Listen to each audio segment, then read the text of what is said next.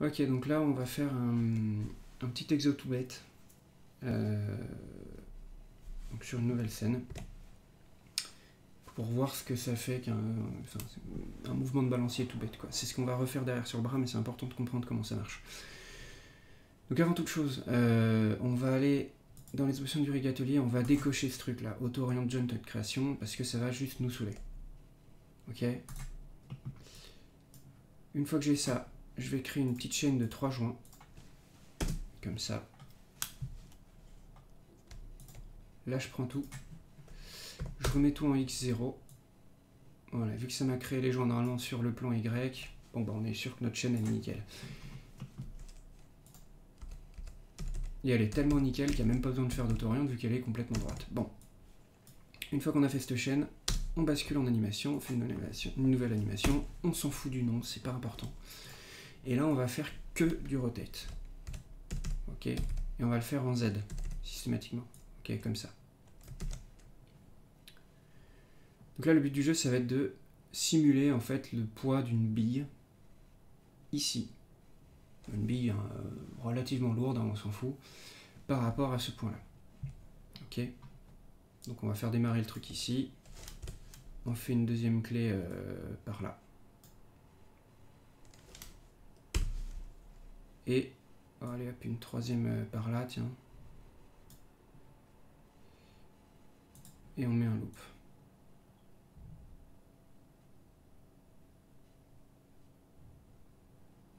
Par exemple.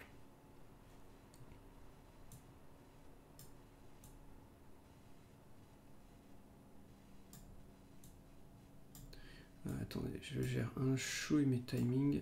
Viens là, toi, tac. Donc ça fera 10, ça fera 10, ça fera 10. Voilà. Comme ça, on devrait être à peu près. On devrait être à peu près nickel.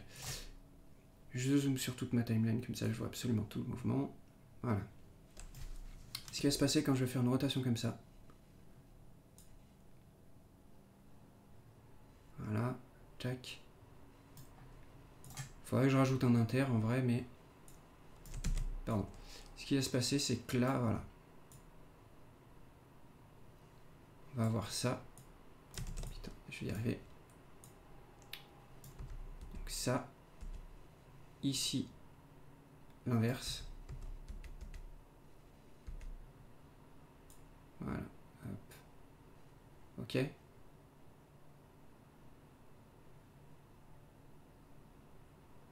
En fait, ce qui se passe, c'est que si on regarde que ce joint-là, il effectue la même rotation que ça. Hein. Il fait exactement pareil, juste pas au même moment.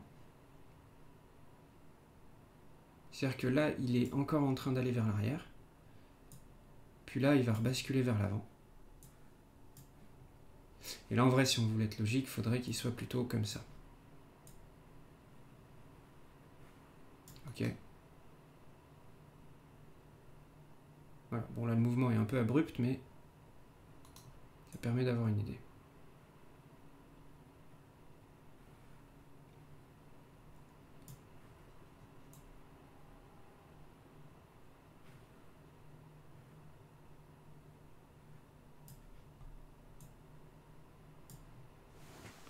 Voilà. On pourrait rajouter un inter ici et dire que bah, voilà, la bille, elle fait plutôt ça.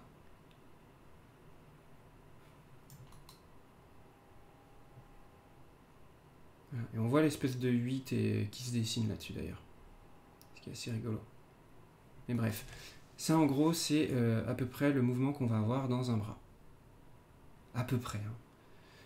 On peut même avoir, voilà, imaginez que ça c'est votre coude. Là il y a l'épaule, le coude, la main, qu'on est sur le bras droit. Et ben même ça on peut, dans certaines animes on peut le caler. Quoi. Si ça va très vite, c'est pas très grave de péter le coude du perso. Encore une fois, le personnage, c'est pas parce qu'il a des articulations prédéfinies qu'on n'a pas le droit de les tordre, de les casser dans le sens inverse. Au contraire, plus on va aller vers ça, plus paradoxalement en fait notre perso va sembler vivant. Et pas désarticulé, complètement défoncé. Non, pas de soucis ça. Voilà, voilà. Je coupe sur ce bref intermède, vous le mettrez dans la vidéo ou pas, comme vous le sentez. Moi ça me semble assez important, mais bon après c'est comme vous le sentez.